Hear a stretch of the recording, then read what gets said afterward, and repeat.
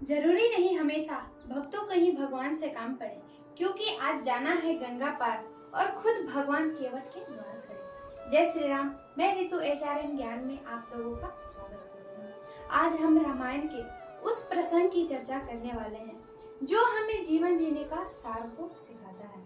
जब प्रभु श्री राम को 14 वर्ष का वनवास मिला, तब वो घूमते फिरते गंगा नदी के तट पे पहुंचे, जहां उनकी मुलाकात उनके एक मित्र निषाद राज से हुई। और निषाद राज ऐसे केवट को जानते थे जो कि लोगों को नदी पार करवाता था। तब निषाद राज ने केवट को बुलाया और उससे कहा कि तुम्हें प्रभु श्री राम, माता सीता और लक्ष्मण भैया को ये गंगा नदी पार करवाना है।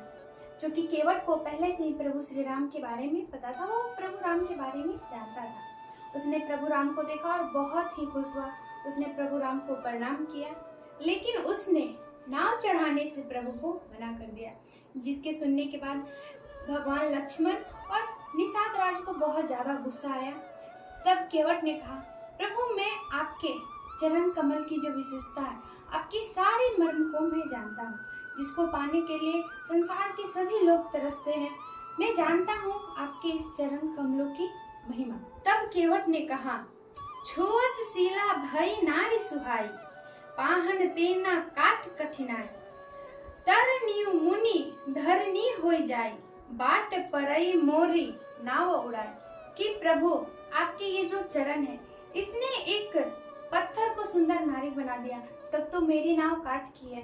कहीं आपके चरण पड़ते ही मेरी नाव भी सुंदर नारी में बदलकर गायब ना हो जाए, फिर तो मेरी पूरी संसार ही समाप्त हो जाएगी, क्योंकि यही एक जरिया है जिसके द्वारा मैं अपने परिवार को चलाता हूँ। मैं आपको नाव उसी शर्त पे आपको नाव पे चढ़ाऊंगा जब आप अपने चरण को धोने देंगे, और मैं आपके चरण को धोकर उसका पान करूंगा, उसके बाद मैं आपको नाव पे चढ़ाऊंगा। तो प्रभु श्री राम ने कहा, हमें तो पार उतरना है, आप जल्दी से जो इच्छा हो आपकी आप कर दो, पर आप हमें पार करा दो। तब केवट ने अपने परिवार सहित मिलकर प्रभु श्री राम के चरण धोए और उसके जो अमृत थे उसको पान किया और प्रभु श्री राम को नाव से पार उतारे। और जब प्रभु श्री राम नाव से पार उतरे तो उन्होंने माता सीता को इशारा में केवट को उतराई देने के लिए कहा। तब माता सीता ने अपनी अंगूठी उतार के उतराई के रूप में केवट को देने के लिए प्रभु श्री राम को दिया।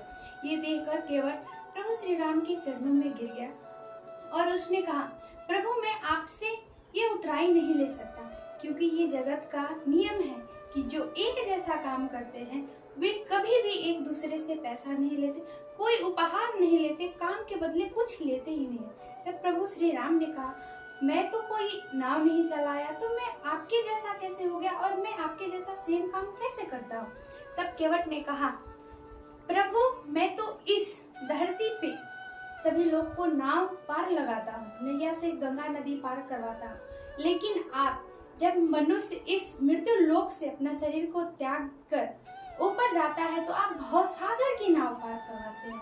इसलिए आज आप आए तो हम पार उतारे हैं, जिस दिन हम आपके पास आएंगे तो आप हमें पार लगाइएगा। केवट की इस बात को सुनकर प्रभु श्री राम बहुत प्रसन्न हुए और उन्होंने केवट को मोक्ष प्रदान किया। केवट का यह प्रसंग हमें यह बताता है कि अगर केवट चाहता तो प्रभु से उतराई में धन या फिर वो अंगूठी ले सकता था, पर उसने प्रभु का साथ मांगा। इसी तरह हम और आप हमारे जीवन में भौतिक सुख, धन, पैसा, मकान को ना मांगकर अगर हम प्रभु का ही साथ मांग ले तो हमारा जीवन बदल सकता है। इसी तरह रामायण के सार को किस प्रकार अपने जीवन में उतार सकते हैं और रामायण के सार हमें किस प्रकार जीवन जीने की तरीका को बताता है, इसे जानने के लिए आप हमारे चैनल को सब्सक्राइब करें और हमारे साथ जुड़े रहिए। जय श्री राम।